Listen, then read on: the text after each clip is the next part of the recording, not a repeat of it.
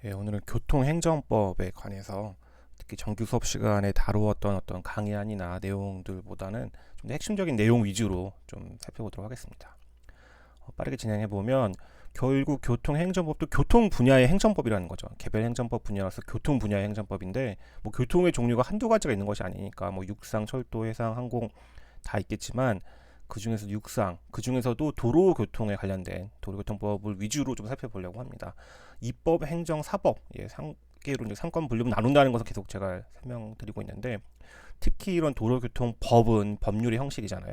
국회에서 만든 건 입법부에서 만든 것이고 그걸 가지고 돌리는 거, 돌리면서 이제 행정의 개입을 전제하고 있는데 물론 도로에 관련돼서는 이제 국토교통부가 소관하고 있긴 하지만 기본적으로 이제 그 운전에 관련된 또 차량의 뭐 교통의 흐름이라든지 어떤 운전 면허라든지 아니면 뭐 여러 가지 기타 교통상에 발생할 수 있는 여러 위험과 장애에 대해서는 지금 법 체계상 뭐 체계상이나 조직법상 경찰청에 이제 그런 역할을 부여하고 있습니다.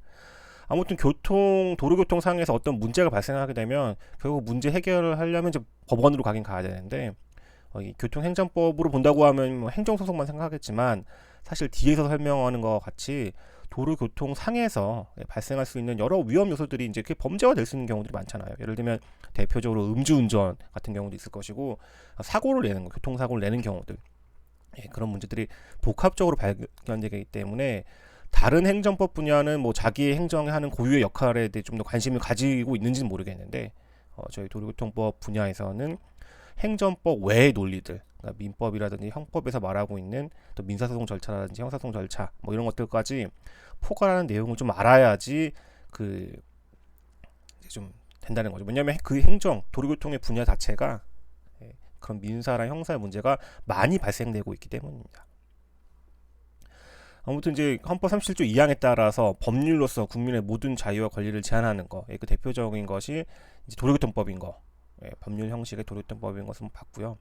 도로교통법 제1조에서는 도로에서 일어나는 교통상의 모든 위험과 장애를 방지하고 제거하여 안전하게 원활한 교통을 확보함을 목적으로 한다. 그러니까 그 위험과 장애가 그 중에 대표적인 교통사고 같은 경우라든지 아니면 음주운전한다든지 이런 것들의 문제가 같이 야기되고 있기 때문에 아무래도 이 교통상의 모든 위험과 장애에는 민형사상의 문제도 포함될 수밖에 없다, 당연하게. 직접 어떤 민형사상의 내용을 규율하는, 특히 형사상 내용을 규율하는 경우도 있긴 하겠지만 교통사고의 문제 같은 경우에는 손해배상 책임 문제도 같이 발생할 수 있는 거죠. 물론 그 손해배상 책임의 문제를 경찰이 직접 너 얼마 줘라, 가해자는 피해자한테 얼마 줘라라고 결정해 주는 것은 아니긴 하지만 그런 내용까지 좀 이해를 해서 볼 필요가 있다라는 거. 기타 도로교통 분야와 관련된 법률에는 뭐 여객자동차 운수사업법, 화물자동차 운수사업법, 자동차관리법, 도로법 뭐 이런 것들이 있을 텐데 이런 것들은 다 국토교통부 소관입니다. 이런 걸 다루면 좋게 하겠지만 시간이 없으니까 넘어가도록 하겠습니다.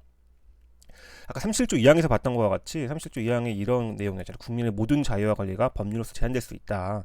이런 내용을 좀 구체화하는 예시로서 볼 수 있는 것은 도로에서 좌석 안전띠를 매지 않고 운전할 자유라는 것이 있다는 것. 물론 이런 자유가 뭐 널리 허용된다고 보기는 어렵긴 하겠죠. 하지만 따지게 본다고 하면 내 마음대로 할 수 있는 건데, 내 마음대로 할 수 있는 거니까 일반적 행동 자유권 내지 행복 추구권의 종류로서 내 마음대로 운전하고 싶다.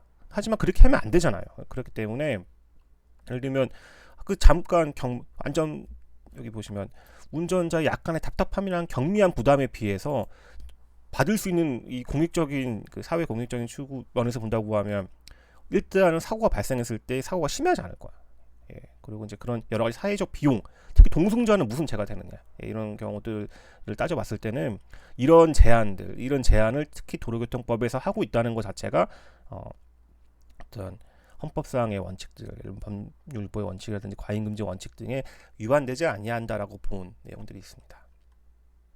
특히 교통행정법 분야에서 저희가 행정작용의 대표적인 거를 행정입법과 행정처분 두 가지를 중점되어서 봐야 될 텐데 크게 문제가 되는 것들 교통행정법은 도로교통법 외에도 법률 형식 도로교통 외에도 그 내용을 보충하는 도로교통법 시행령, 도로교통법 시행 규칙에 있는 내용들까지 좀 저희가 공부를 해야 될 필요가 있는 것이고 행정처분은 결국 경찰 뭐 정확히는 시도경찰청장이 하는 행정처분에 관련돼서는 우리가 보통은 하명, 허가 뭐 이런 것들 부과한 직권취소 찾아봤는데 중요한 거는 그 운전면허를 줬다 뺏는 거, 운전면허를 줬다 뺏는 거니까 운전면허를 주는 거, 그것도 하나의 그 허가 작용일 것이고, 하지만 더 중요한 거는 그 운전면허를 줬던 것을 뺏는 거, 잘못을 운전을 했다든지 아니면 교통사고를 냈다든지 이런 경우에 그 운전면허를 취소시키거나 아니면 효력을 정지시키는 거. 그런 경우는 결국 직권 취소나 뭐 철회나 아니면 행정 제재의 성격을 가지고 있는 그 내용들. 뭐 그 기타로는 저희가 좀 행정 처분인지 아닌지 좀 애매하긴 하지만 같이 다뤄봐야 될 범칙금을 명화하는 통고 처분이라든지 아니면 과태료 부과를 한 처분들. 그런 것들까지 찾아보는 것이, 공부해보는 것이 특히 교통행정법, 도로교통법에서 중요하게 문제되는 행정작용이긴 합니다. 하지만 그 외에도 아까 말씀드렸다시피 이런 그 행정적인 요소 외에도 민사, 형사의 문제가 같이 더 결부되고 있는 것이 있다. 그러니까 행정적인 거, 이 파란색 행정은 방금 봤던 요 내용, 행정입법이나 행정처분에 관련 내용인데 그 외에 나아가서 이게 혹시 민법으로 가면 어떻게 될 건지 또 형법으로 가면 어떻게 될 것인지에 대한 문제들까지 같이 고민할 필요가 있다는 말씀드립니다. 도로교통법은 제 1장부터 14장까지 규정되어 있는데 주로 이제 실제 문제되는 건 1장의 총칙, 특히 그중에 정의 규정에 관련된, 왜냐면 각각의 정의 규정들이 뒤에 다 운전면허 뭐 취소라든지 뭐 벌칙 같은 데서 다 활용되고 있거든요. 결국 이제 여기서 말하고 있는 각각 도로의 의미가 무엇인지, 자동차의 의미는 무엇인지, 운전에 대한 의미가 무엇인지에 대해서는 여기 1장에서 자세히 설명하고 있습니다. 한번 보시면 도로, 뭐 차, 자동차는 무엇이고 주차, 정차와 운전 이런 것들이 이제 어떤 것을 의미하는지에 대한 거를 찾아보니까 정의 규정을 좀 자세히 볼 필요가 있기는 하겠죠. 그 외에도 예를 들면 각종의 이제 특히 운전자의 의무들, 아까 봤던 뭐 자석 안전띠를 매야 된다는 거, 그리고 이제 뭐 자세히 안 보더라도 과속하면 안 된다는 거, 음주운전하면 안 된다는 거, 다 저희가 예견 가능한 내용들인 거잖아요. 각종 의무들을 이제 제 4장에서 규정하고 있습니다. 뭐 저희가 그 내용을 다 살펴볼 수는 없긴 하겠지만 뭐 관심 있으신 분들은 제 4장을 좀 살펴보시면 될 것이고, 그 외에 아까 좀 중요하게 봤던 8장, 그리고 이제 운전면허, 그리고 운전면허를 주는 것도 중요하지만 줬던 거를 뺏는 거, 특히 면허를 취소하거나 정지하는 것들, 내용들, 그리고 이제 뭐 관련돼서는 뭐 이런 것들, 특히 행정심판 같은 경우도 이제 중요하게 좀 필수적 변칙, 이의신청 제도라든지 이런 것들 볼 필요가 있고, 13장 벌칙은 크게 뭐 형사처벌 관련된 거니까 중요한 거는 무면허 운전, 음주운전 뭐 이런 것들이 하겠죠. 그리고 이제 뭐 과태료 같은 문제들, 그리고 이제 아까 말씀드렸듯이 범칙금 관련된 거, 그러니까 뒤에 부분에 좀 중요한 어떤 행정법적으로 봤을 때, 행정법 어떤 학문적으로 봤을 때, 학문적으로 좀 그렇죠. 뭐 공부를 한다고 측면을 봤을 때는 요 뒤에 있는 내용들까지 흩어져 있다. 그리고 이제 이건 도로교통법이잖아요. 법률이기 때문에 여기에서 다 내용을 다 정하지 못한 내용들은 하위 법령, 대통령령 또는 이제 그 행정안전부령, 경찰청이 담당하고 있기는 하지만 경찰청은 이제 법규 명령으로서의 부령을 제정할 수 없긴 하기 때문에 경찰청이 또 속해 있는 것이 행정안전부잖아요. 행정안전부에서 만들어진 도로교통법을 보충하는 시행령, 시행규칙들까지 같은 내용들까지 보는 것이 이제 이런 도로교통법의 얼개라고 보면 될 것 같습니다. 이거는 이제 정의규정 넘어가고, 도로, 자동차, 운전이 각각 문제된 경우들이 좀 있었는데, 예를 들면 차를 운전한 것이 도로인지 아닌지가 문제된 경우들이 있다. 근데 도로교통법의 이제 그 조문 구조의 해석을 좀 보시면, 예를 들면 여기 그 운전이라는 곳에서는 도로에서 운전한다. 도로. 운전의 26호를 보시면 여기 보시면 도로에서 할 걸 원하고 있는데 괄호하고 어느 하나한 경우들, 이게 좀 이제 요러한 이 가로에 있는 요런 경우들에는 도로 외의 곳을 포함한다고 하잖아요. 그럼 반대 해석을 해보면 이러한 경우가 아니면 도로에서 운전하는 것만 포함된다고 하는 거잖아요. 그렇기 때문에 뒤에서 보는 이제 그 얘기죠. 무면허 운전에 관련돼서는 이런 예외를 정하고자 한다. 그렇기 때문에 도로가 아닌 곳에서 운전면허 없이 운전한 경우에는 무면허 운전에 해당하지 않는다라고 보는 이런 해석론의 이제 기본이 되는 것이 아까 봤던 정의 규정이었던 거잖아요. 그러니까 다시 살펴보면 26호 내용을 보시면 운전이란 도로에서 하는 것을 운전하는 그 본래 사용 방법에 따라 하는 것을 말하는 것인데, 보시면 그 본래 사용 방법에 따라 하는 것인데, 괄호 외에 이러이러한 경우에는 특별히 도로 외의 곳을 포함한다고 쓰니까 이 특별한 경우에 해당하지 않으면 당연히 도로인 것이고,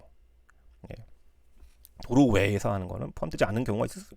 이게 이제 오히려 그게 원칙인 거죠. 그래서 그 이 관련된 2017도 17762 이거 같은 경우는 아파트 단지 내 지하 주차장에 관련된 걸 뭐 여러 가지 판단해 보니까 아무튼 그 이분이 이제 면허 없이 아파트 단지 내에서 뭐 지하 주차장에서 운전을 한 건데 그 아파트 단지 내 지하 주차장 살펴보니까 도로가 아니더라. 도로가 아닌 도로의 특성을 가지고 있지 못하기 때문에 결국에는 처벌할 수 없다라고 판단을 했던.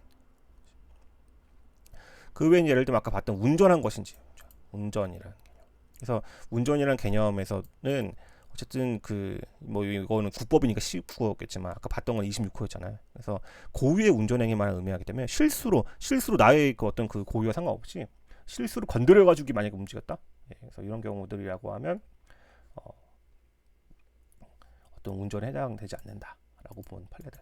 보시면 이제 술에 취한 상태로 잠을 자다가 추위를 느껴 히터를 가동시키고 시동을 걸어. 물론 이게 이제 맞는지 모르겠는데 뭐 이런 게 증거로 나오긴 했겠죠. 증거로 나와서 보니까 이제 이게 그냥 변명하는 것이 아니라 진짜 실수로 시동에 걸려가지고 이렇게 했구나. 그런 경우라고 하면 음주운전, 음주로 운전해야 되는 거니까 운전의 범위에 대해서 설명하는 것들, 이런 것들 판단하기 위해서는 결국 다시 돌아가서 각각 도로, 자동차, 운전, 어떤 경우에는 도로에서 운전하는 거 맞는데 그게 자동차가 아닐 수도 있잖아요. 그런 것들을 따져봐가지고 각각 도로교통법 제2조의 정의 규정을 살펴보는 것이 어떻게 보면 이제 이게 뭐 교통행정법을 넘어선 일반적인 그 법률의 해석에서 중요한 내용들일 것 같습니다. 이제 본격적으로 넘어가서 이제 그 운전면허의 성격을 좀 보시면 결국에는 운전면허가 없으면 자동차 운전하면 안 되는 거잖아요. 그래서 43조에서 무면허 운전을 금지를 정하고 있고 이거에 대한 실효성 확보를 위해서 무면허 운전하면 처벌하는 처벌 규정까지도 뒤에 152조에서 형사처벌 규정을 두고 있습니다.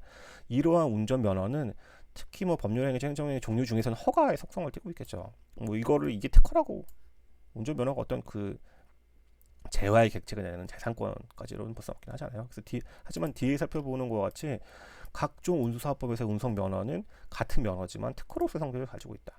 여기 자동차 운수사업법 이런 것들 보시면 결국 비슷하게 구조나죠.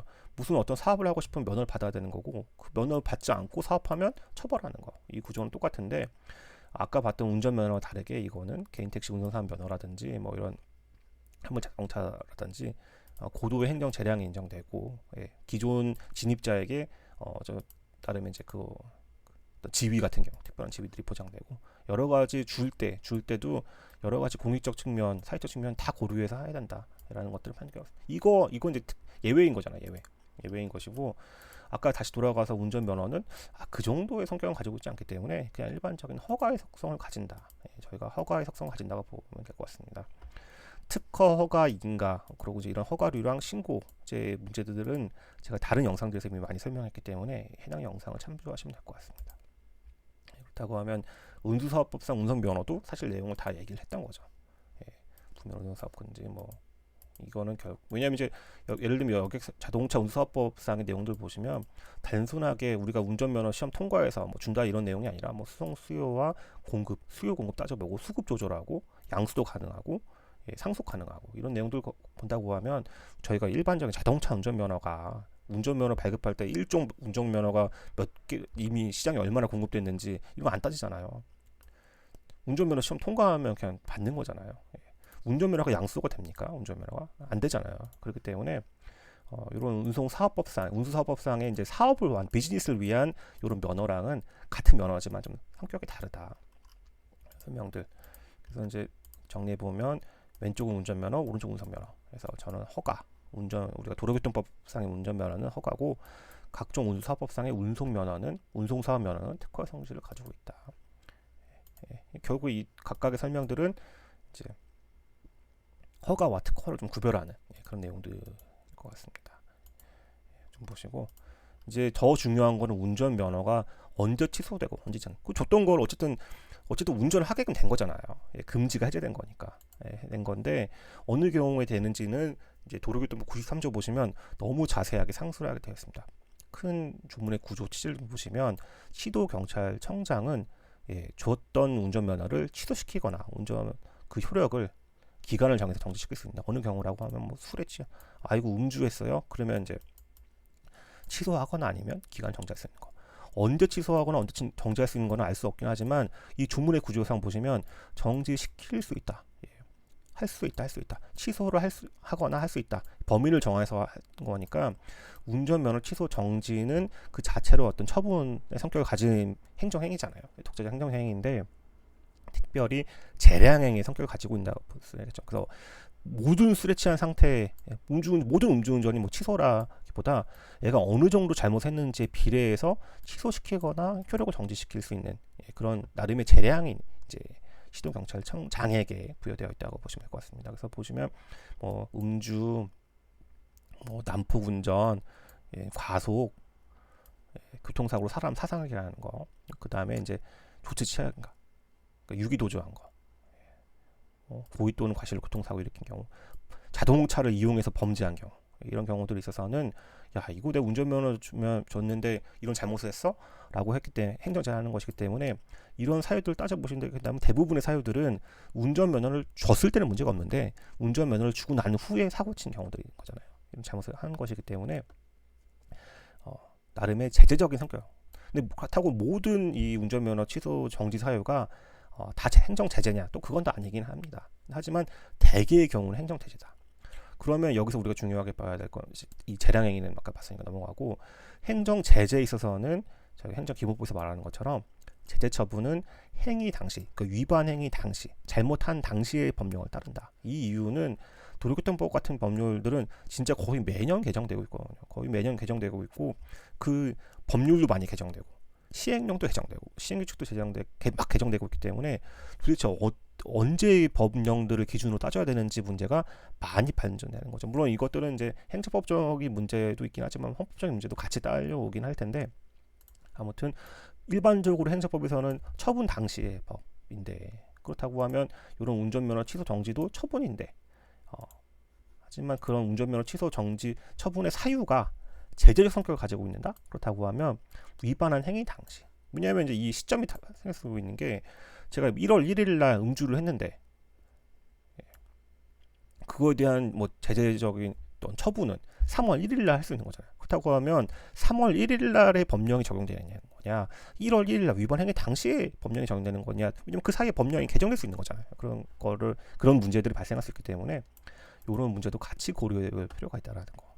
그리고 이제 운전면허 취소 정지 처분에 관련돼서는 사실 법에서는 좀 약간 도대체 뭐 사유는 정하고 있긴 하지만 도대체 아까 뭐 음주라고 치면 모든 음주가 취소되는 것도 아니고 음주를 얼마큼 해야 취소가 되고 효력을 정지시키는지는 물론 재량을 부여하긴 했죠. 여기 보시면 이제 재량을 부여했지만 도대체 언제 재량을 행사가 되는지에 대한 기준은 또 없기 때문에 사실 그 기준에 관련돼서는 하위 법령에서 그 기준을 정하고 있습니다. 그 얘기인즉슨 행정입법, 특히 법규명령 형식의 도로교통법 시행규칙에게 처분 기준을 정하고 있는 것이죠. 그러니까 아까 법률, 도로교통법에서는 행정청, 시도경찰청장에게 재량을 부여했는데 도대체 어느 경우인지 알 수 없으니까 그 내용에 관련돼서는 기준을 설정하고 있는데 원래 이런 기준의 성격은 행정 내부의 성격, 행정규칙적 성격을 가져야 되는 것인데 지금 도로교통법은 시행규칙에 그 내용이 들어가 있는 거죠. 보시면 도로교통 93조에서 행정안전 불형으로 정한다고 했고 도로교통법 시행규칙은 이제 행정안전 불형인 거니까 법규명령인 거잖아요. 법규명령 형식에 별표로 들어가 있다. 원래 재량을 보충하는 의미이기 때문에 행정규칙으로 가야 되는 것인데 지금 이제 법규명령으로 들어가는 것이죠. 이런 문제들에 발생했을 때 특히 이제 이런 도로교통법 시행규칙의 이제 내용들은 운전면허 취소 정지 처분에 관련돼서는 벌점 시스템을 두고 있습니다. 벌점 시스템에 관련된 내용들을 보다 보면 결국에는 이제 표 계산해가지고 곱하기 계산한 내용들을 마치 저희가 이제 뭐 엑셀 만들어서 뽑아내는 것처럼 계산해놓고 있거든요. 이런 거의 성격을 어떻게 봐야 될 것이냐. 근데 되게 형식적으로 본다고 하면 아니 저게 어쨌든 시행규칙이라면서 저거 있어요. 시행규칙이 들어가 있다면서 이 발표가 시행규칙? 시행규칙 행정안전 불형 형식으로 제정됐다면서요. 행정안전 불형 형식은 법규명령이라면서요. 법규명령은 외부적 효력이 있으니까 국민에게도 효력을 미치고 법원에도 효력을 미친다면서요.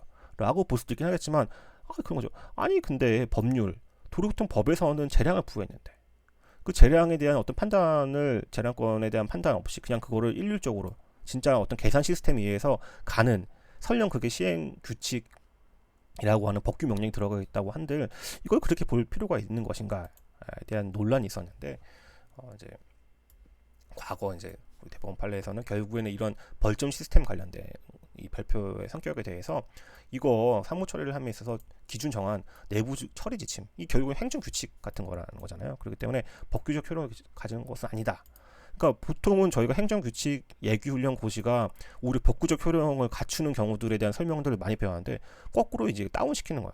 보통 올라가는 경우들이 많은데 변종행정칙 보면 올라가는 경우가 많은데 이건 거꾸로 다운시키는 경우가 되는 거죠.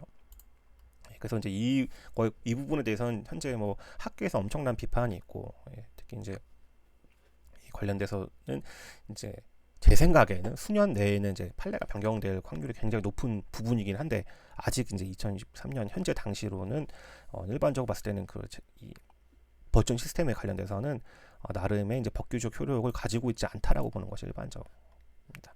벌점 시스템 관련해서는 막 기타 돼 있고 뒤에 가서는 이제 표가 돼 있는 거죠. 그래서 아무튼 이런 그 벌점 시스템에 따라서 이제 얘기하는 거죠. 그 다투는 운전면허 정지나 취소 처분을 다투는 국민의 입장에서 본다고 하면 아니 그거 나한테 좀 깎아줄 뭐 아예 그런 잘못한 음주운전 안 했다 뭐 이런 사유가 없다라기보다 아니 좀 그래도 내가 잘못한 건 있지만 좀 깎아주시면 안 돼요라는 얘기했을 때 행정청 무슨 얘기하겠어요? 야 내가 만들어 놓은 이 벌점 시스템에 따르면 너는 이게 맞다. 뭐 3개월 뭐 아니면 90일 뭐가 맞다. 아니면 면허 취소 당해야 된다라고 했을 때 그래도 한번 얘기해 볼 만한 건덕진이 있다. 나름의 재량권 일탈 남용 다퉈볼 건덕진이 있긴 했는데 문제는 저기 설명 안 했지만 재량권 일탈 남용 국민이 입증해야 되는 문제가 있긴 해서 뭐 그렇다고 해서 다 재량권 일탈 남용으로 깎아주는 건 아니긴 하다. 뭐 그게 그놈인 것 같은 설명이긴 하지만 법률적으로는 약간 복잡한 설명인 것 같긴 합니다. 아무튼 이제 설명하다 보니까 위법한 취소 정지 처분에 다투는 것들 생각해 볼 수 있는데 결국에는 이거는 행정소송의 종류로는 처분 취소 소송으로 가긴 하겠죠. 처분 취소 소송을 다투는 소송 형태로 가긴 할 텐데 대부분의 경우에 있어서는 뭐 그런 사유가 없다는 경우도 있긴 다툴 수 있긴 하겠지만 사유는 있긴 하지만 좀 깎아주시면 안 되겠냐라는 경우도 다투는 경우들이 많이 발생하긴 하겠죠. 근데 이제 이런 도로교통법상의 운전면허 취소 정지 처분을 다투는 소송에는 다른 일반적인 처분 취소 소송과 다르게 보통 처분 취소 소송은 반드시 행정심판을 거쳐야 될 필요는 없었잖아요. 행정심판은 임의적 제도였거든요. 행정소송과 다른. 근데 도로교통법에서는 142조에 대한 내용을 보시면 이 법에 따른 처분의 종류로는 당연히 운전면허 취소 정지 처분이 있겠죠. 이 처분에 대한 행정소송은 행정심판의 행정심판을 거치지 않으면 중앙행정심판위원회 거치지 않으면 제기할 수 없다.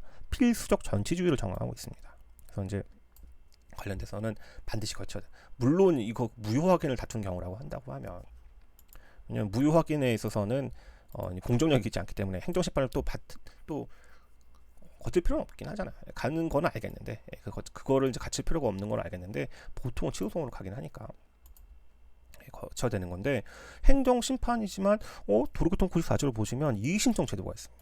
그래서 이 여기서 말하는 이의가 있는 사람은 60일 이내에 시도경찰청장 스스로에게 이의를 신청하는 거고 이 142조에서 말하는 행정심판은 중앙행정심판 일반적인 도로교통법으로 본다고 하면 다른 행정심판위원회를 정하고 특별행정심판위원회를 정하고 있지 않기 때문에 중앙행정심판위원회를 가는 것을 말하거든요. 그렇다고 하면 94조에서 말하는 이의 신청은 행정심판이라기보다 스스로 이제 시도경찰 그 운전면허 취소 정지 처분을 한 시도경찰청장에게 다시 한번 생각해 주시면 안 돼요? 라고 말하는 정도의 의미가 있는 거죠. 이의 신청 제도에 대한 것이고 142조에서 말하는 거는 94조에 대한 이의 신청이 아니라 행정심판법에 따른 그 중앙행정심판위원회에 가는 행정심판을 의미하는 겁니다. 뭐 경우에 따라서라고 하면 운전면허 취소나 정치범을 받는 사람은 어쨌든 절차 하나 더 밟으면 뭐 나쁘진 않잖아요. 손해보는 장사는 아니기 때문에 이의 신청도 하고 행정심판도 하고 처분 취소 소송도 하고 이 소송 1심, 2심, 3심 가는 뭐 5심까지 갈 수 있긴 하겠지만 이의 신청은 생략해도 된다. 이의 신청을 생략하고 바로 행정심판을 가도 되긴 하는데 이 행정심판은 생략할 수가 없다. 그렇게 생각하시면 될 것 같습니다. 그 다음에 권리보호이익 아직 기간을 정하고 있기 때문에 기간이 도가 돼버리면 다툴 만한 실익이 있는 것인지에 대한 논란이 있었는데 어찌됐든 간에 이제 뭐 이게 이제 가중될 가능성이 있다고 하나 다툴 실익이 있다고 봐야 될 것이고요. 재량권 일탈 남용 아까 설명드렸고 그 다음에 이제 이 무면허 운전이랑 이제 음주운전을 좀 내용을 좀 보면 좋게 하겠는데요. 이 무면허는 면허가 진짜 생으로 없는 것도 설명하긴 하지만 있던 면허가 취소되거나 정지되는 경우들. 그러다 보니까 결국 취소나 정지 처분도 독립한 처분인 거잖아요. 그러니까 이제 첫 번째 거보다 이 두 번째 판례 좀 보시면 운전면허 자체도 처분이고, 그러니까 운전면허가 있었는데 그 이후에 어떤 사유로 운전면허가 시간적 순서대로 1, 2, 3으로 보신다고 하면 처음에 운전면허가 있는데 그 운전면허가 취소 또는 정지되고 난다고 하면 그 취소 정지된 경우도 처음부터 운전면허가 없던 경우와 마찬가지로 그 기간 중에 운전을 하면 무면허 운전이 되는 것이죠. 근데 만약에 아까 봤던 요게 아까 취소 소송 저희가 쟁송 취소나 이런 형태로 취소가 됐다. 그럼 어떻게 될 것이냐라고 하는 좀 어려운 문제. 1, 2, 3. 운전면허 자체도 처분인데 운전면허를 취소나 정지하는 처분이 있었는데 그 기간 중에 또 운전했다는 거잖아요. 그거에 대해서 어쨌든 독립한 또 요 처분인 거니까 이거를 뒤에 또 다퉜다. 결국은 그 취소가 됐다. 취소나 정지 처분이 또 취소가 됐다. 그러니까 말이 어렵긴 한데 1, 2, 3을 따져보신 다음에 운전면허가 있다. 운전면허를 정지하거나 취소시켰다. 그걸 또 취소시켰다. 쟁송의 방법으로. 그렇게 한다고 하면 어쨌든 취소가 됐으니까 요 두 번째 기간 당시에 원래 무면허 운전이 돼야 되는 건데 어쨌든 뒤에 취소가 됐으니까 소급해서 하는 거니까 무면허 운전이 아니라는 거. 설명이 좀 어렵긴 하죠. 이거는 좀 일시정지를 시켜보신 다음에 찬찬히 한번 살펴보시면서 내용들을 한번 보시면 될 것 같습니다. 시간이 없으니까 또 음주운전을 바로 넘어가 버리면 음주운전은 결국에는 현재 이제 법이 개정돼가지고 혈중 알코올 농도 0.03% 이상인 경우에 이제 문제되는 것이죠. 0.03% 된다고 되는 것이고 이제 148조에 의해서 이걸 형사처벌로 문제되고 시키고 있고 그리고 아까 봤던 것 같이 운전면허 취소 정지도 되는 것이죠. 그 기준은 0.03% 이상부터인 것이고 이 혈중 알코올 농도를 어떻게 측정하는지에 대한 문제도 문제가 될 수 있긴 하겠지만 생략하도록 하겠습니다. 이 가중돼서 0.03인지 아니면 0.08인지 0.2인지에 따라서 각각 정하고 있는 어때 달라지잖아요. 이거는 이제 형사 처벌에 관련된 문제인 것이고 아까 벌전 시스템으로 돌아간다고 하면 각각의 이제 이런 또 기준에 비례해서 운전면허가 취소되거나 정지되거나 그 기간 어떻게 되는지도 그 벌점 시스템에 따라서 본다고 하면 운전면허 취소 정지 처분에 관련된 내용도 같이 볼 수 있게 할 겁니다. 일단 넘어가 보면 최근에는 어쨌든 이런 반복적 음주운전 자체가 되게 문제가 되고 있다. 그래서 이제 윤창호법이 문제가 돼서 윤창호법이라는 건 다른 게 아니라 이제 도로교통법이 개정됐던 것이거든요. 그래서 이 관련돼서 헌법재판소에서 최근에 2021년 뭐 그 부근쯤에 두 번만 보통 이제 스트라이크 아웃이면 모르겠는데 두 번. 근데 그 두 번이 과거의 음주운전이 언제 했는지에 대한 건 따짐 없이 그냥 두 번째 하기만 하면 무조건 가중처벌되는 것이 문제라는 지적이 있었고요. 어쨌든 그런 문제 지적에 의해서 최근인 2023년 1월 3일 날 도로교통법이 개정돼서 나름의 이게 이제 어느 경우에 확정되면 10년 이내 나름의 이제 그 기간을 좀 제한해가지고 10년 이내 또 반복했다. 여기 그 전에 있는 법은 그런 거 없이 그냥 무조건 2년 두 번만 2회 이상 위반하기만 하는 거였는데 그 2회에 대한 나름의 기산을 10년 내에 어쨌든 그리고 각각 위반 행위의 어떤 행위의 형태를 위해서 이제 법이 개정됐습니다. 이 법에 대해서 또 다시 누군가를 위헌성을 다투지는 모르겠지만 아무튼 이제 그 2021년도 헌법재판소에서 지적하고 있는 그 위헌성에 대한 부분을 어느 정도 완화시키는 이제 법률이 제정되었다라고 보시면 될 것 같습니다. 특별히 또 이제 교통사고에 대해서 중요하게 물론 이제 교통사고가 모든 교통사고가 또 과실범이냐 그런 건 아니긴 하지만 고의로도 교통사고 발생할 수 있긴 하지만 특별히 또 이제 도로교통법에서 관심을 갖고 있는 거는 과실로 실수로 사고를 발생시키는 거. 특히 사고의 종류를 사람이 다치는 거, 아니면 물건이 다치는 거. 이제 물론 차태차 사고라고 하면 차에 사람이 타고 있기 때문에 사람도 다치고 이제 차도 다치긴 하겠지만 저희가 예를 들면 지나가던 행위를 쳤다라고 하면 대인 사고만 발생하긴 할 거 아닙니까? 아무튼 이 관련된 내용들에 대한 가해자, 피해자일 수 있는데 문제는 서로가 쌍방 가해자일 수 있는 거. 그러다 보니까 가해자면서도 피해자면서 가해자 하다 보니까 한문철 변호사님 하시는 몇 대 몇 과실 비율 따지는 문제들 보다 보면 이게 이제 보통 물론 이제 그런 차대차가 아닐 수도 있긴 하겠죠. 진짜 뭐 그냥 길에서 갑자기 이제 행인이 튀어나온다든지 뭐 이런 경우도 뭐 자전거 갑자기 튀어나오는 뭐 그런 것도 있을 수 있긴 하겠지만 주로 이제 차대차 사고에서 이런 쌍방 과실이 많이 문제가 되고 있습니다. 근데 결국 쌍방 과실은 형사 책임도 형사 책임인데 민사 책임, 특히 보험회사의 관계에서 얼마만큼 손해배상을 받는지의 문제와도 같이 결부될 수 있는 거죠. 그러니까 민사 책임도 같이 문제되는 것이다. 아까 이제 뭐 무면허도 있고 음주 같은 경우에 있어서는 그 자체로 뭐 형사 책임, 피해자가 운전으로 사고 낸 것만 아니면 음주운전 자체 술 마시고 나오자마자 걸린 경우라고 하면 뭐 당장 뭐 민사상 손해배상 책임까지는 문제가 크게 안 될 수도 있잖아요. 근데 이제 만약에 사고를 냈다고 하면 기본적으로 그 손해를 누가 전부하는지에 대한 문제, 물론 그 뒤에는 보험회사가 있긴 하겠지만 그 형사 책임에서도 어쨌든 그 관련돼서는 이제 형사 책임 물어야 되는 거고, 그리고 이제 행정은 수단이 많지 않기 때문에 면허를 정지하거나 면허를 취소시키거나 뭐 이런 정도의 형태에서 이 삼원적인 구조로 가고 있는 거죠. 교통사고가 좀 약간 좀 더 아까 초창기에 얘기했던 민사랑 형사 문제가 많이 부각되는 측면이라고 할 수 있겠습니다. 교통사고 처리 특례법에서는 뭐 차에 대한 내용이 있고, 교통사고란 사람, 대인사고, 대물사고, 차의 교통으로 인해서 이렇게 하는 것을 말한다고 정하고 있고요. 각각 특히 그 교통사고 중에서도 형법 268조 보시면 결국 과실범죄거든요. 과실에 관련돼서 과실로 일어난 교통사고에 관련돼서는 특별히 내가 처벌의 특례 규정이 있는 거니까 특별히 관심을 갖고 보겠다라고 하는 구조를 취하고 있습니다. 문제는 그거 아시죠? 이게 과실로 일어나는지 고의로 일어나는지에 대해서는 조사가 필요하긴 한 거죠. 그러니까 이게 행정적인 문제의 어떤 그 행정조사, 교통사고 조사의 문제도 있긴 하지만 하다 보면 이거 범죄네라고 해서 수사의 문제로 꺼야지. 그러니까 형사소송법이 적용되는 수사의 문제가 동시에 일어날 수 있는 영역이 되는 게 교통사고의 영역의 큰 특징입니다. 물론 민법적인 측면에서 본다고 하면 그게 고의든 과실이든 잘못한 사람에게 손해배상할 책임이 있고, 특히 자동차 손해배상 보장법에서는 자기를 위하여 운행하는 자라는 개념을 통해서 운행자라는 거.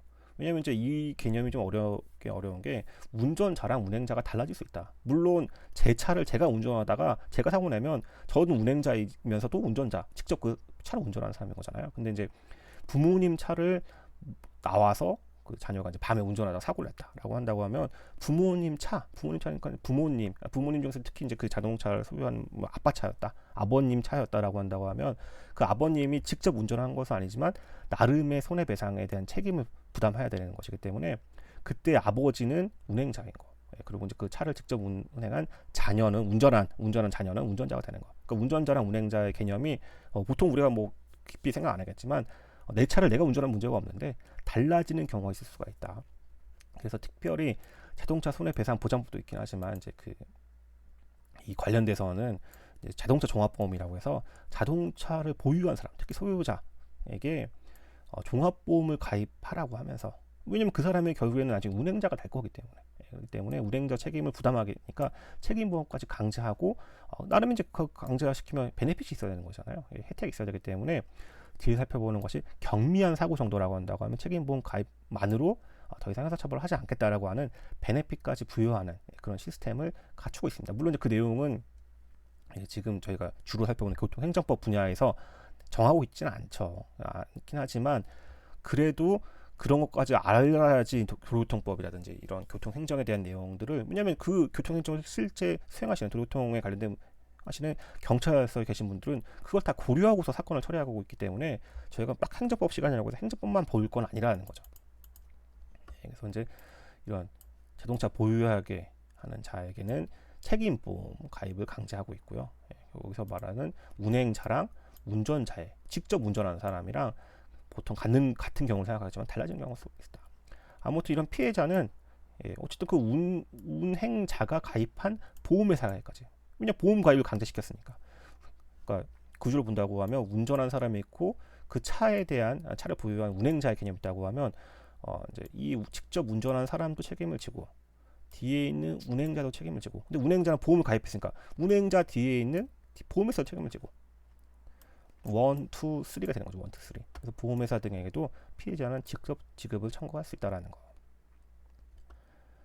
관련돼서 국가배상 책임과 관련돼서 이 논의를 살펴본다고 하면 앞에 국가배상법 제2조를 보시면 국가 지방자치단체에게 뭔가 이 손해배상 국가배상 책임을 인정하려면 고의과실 입증해야 되는 거죠. 또 법령 위반 이런 거 입증해야 되는 건데 그런 거 따지고 없이 자동차 손해배상법에 따라서 국가나 지방자치단체가 운행자가 된다? 운행자가 된다?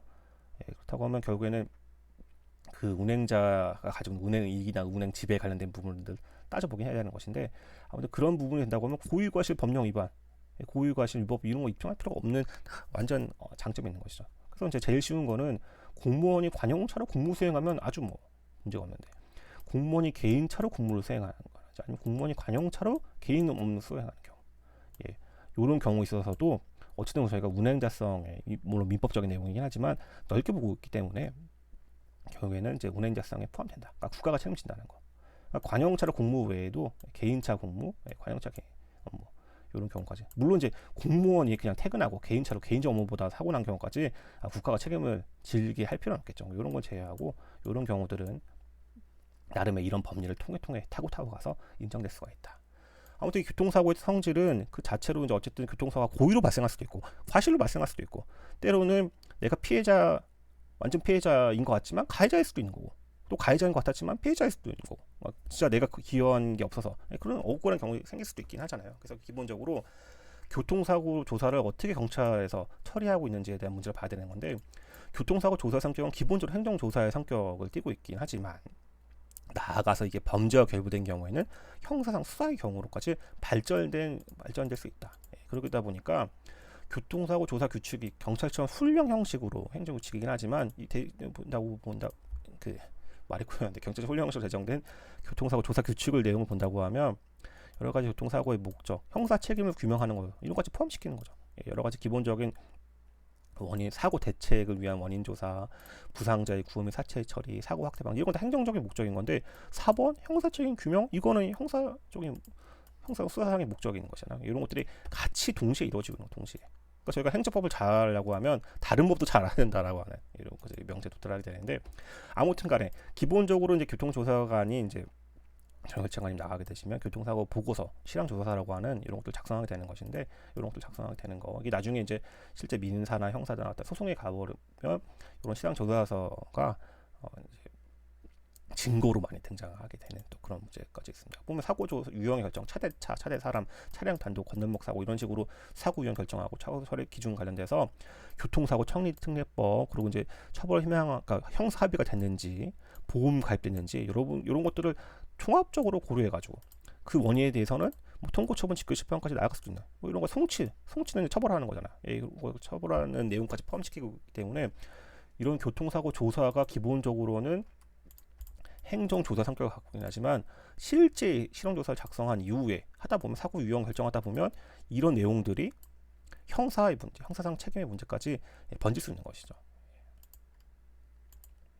형사 절차 흐름은 좀 넘어가고 근데 중요하게 저희가 이제 마지막 살펴봐야 할 내용들은 뭐가 있냐면 대인사고에서 뭐 대문사고도 마찬가지죠. 형사 합의가 굉장히 중요하긴 하다.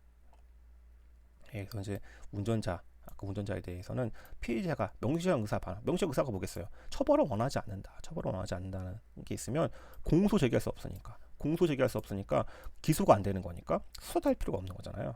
다만 모든 경우가 그런 것은 아니고 이 각 어류형 교통사고 처리 특례법의 내용들을 이제 살펴보시다 보면 결국 하고 싶은 얘기는 뭐냐면 그 사고의 원인이 12대 중과실이 아니어야 되는 거죠. 그러니까 뭐 신호 위반, 중앙선 침범, 과속, 횡단보도 있는 사람 치고 무면허, 음주, 보도 침범, 스쿨존 여러 가지 사유들이 있는데 12대 중과실이면 합의해도 형사 합의해도 처벌하겠다라는 거. 그 다음은 결과가 중대하지 않아야 돼요. 그러니까 이제 경미해야 되는 거. 그래서 피해자가 사망한 경우는 물론 유가족이랑 합의를 하긴 하겠지만 그래도 형사처벌을 하게 하는 거죠. 형사처벌. 또 뭐가 있냐면 무섭다고 하더라도 사고 나면 사고 뒷수습을 해야 되는데 어떤 사고 후에 조치를 취해야 되는 것인데 그게 아니라 도망가거나 아니면 그러니까 피해자를 유기한 거, 유기 도주, 그리고 이제 음주 측정 불응까지 나가는 이런 경우들은 잘못한 거잖아요. 사고 후에 이런 잘못한 것이기 때문에 이런 경우라고 하면 형사 합의가 있어도 공소 제기할 수 없는 것이 아니라 공소 제기할 수 있기 때문에 되긴 하는데 그렇다고 하더라도 가해자 입장에서 본다고 하면 어쨌든 양형에서 유리하게 양형에서 그 내용을 좀 줄이긴 재판 기소가 되긴 하지만 재판에서 그 죄가 일어났을 때 벌로서 양형상으로 좀 깎아야 될 측면이 있기 때문에 당연히 피해자와 합의를 받아서 나쁠 게 없죠. 정리해 보면 특정한 교통사고 유형 중에서 12대 중과실이 아니거나, 그러니까 그 사고의 원인이, 그리고 사고 후에 도망가거나 아니면 유기도주한 경우, 뭐 이런 경우가 아니거나, 또 그러고 피해가 또 돌아가시면 안 돼요. 사망하지 않은 경우라고 하면 형사 합의가 있으면 기소가 안 되니까, 수사도 안 하는, 수사하다가 수사가 중단되는 이런 베네핏이 있는데, 설령 그게 아니라고 하더라도 기소는 되는데 재판에서 나름의 깎아줄 집행유예든 아니면 이제 뭐 징역형의 그 양을 3년이 나올 걸 1년을 깎든, 징역형이 나올 게 벌금을 깎든 뭔가를 하긴 해야 되는 거잖아요. 그렇기 때문에 최대한 하면 된다. 그래서 이런 형사 합의는 이제 아까 봤던 그 기소가 안 되려고 하면 일단 재판이 열리지 않아야 되는 거기 때문에 1심 판결 선고 전까지 할 수 있다라는 거. 1심 판결 선까지 형사 합의서를 제출하면 그대로 공소기각으로 판결을 끝나는 것이고, 근데 하지만 1심 판결 선고 전까지 합의가 될 것 같았으면 사실 수사 과정에서 합의가 되긴 했어야 되는 것이잖아요. 물론 형사 합의가 왜 안 되느냐? 피해자분은 지금 이제 치료받고 있기 때문에 치료받는 과정에서 초창기에 그 형사 합의가 가능하기 쉽지 않잖아요. 그렇기 때문에 이제 뭐 좀 기소가 되고 난 다음에 지켜볼 필요가 있는 것이고, 설령 1심 판결 선고 전까지 형사합의서를 제출하지 못하고 하더라도 의미가 없느냐? 그거 아니기 때문에 무조건 형사합의를 받아야 되는 것이 좋긴 하는 것입니다. 가해자 입장에서 본다고 하면. 중요해서 말씀드리고, 이제 여기 관련돼서는 뭐 요 내용들 넘어가는 내용들은 한번 천천히 읽어보시면 될 것 같고요. 그 다음에 이제 아까 봤던 이제 이거는 이제 운전자가 아니라 운행자 차에 보시면 교통사고를 일으킨 자가 아니라 교통사고를 일으킨 차잖아. 차기 때문에 다시 돌아가서 운행자 자동차 보유자가 책임보험 가입 강제잖아. 이런 자동차 종합보험을 가입하게 되면 형사 합의가 없어도 공소를 제기할 수 없는 거죠. 그러니까 피해자 입장에서는 형사 합의 안 됐는데, 그래서 약간 좀 이런 문제들이 과거에는 이제 유연성 문제가 좀 있긴 있었습니다. 그래서 조금 범위가 다르긴 다른 게요. 아까 이제 12대 중과실, 뭐 도주 유기, 뭐 사망 외에 중상의 보험이 실효된 경우가 또 예외 사유죠. 중상의 정도 보험 가입해서도 형사 처벌된다.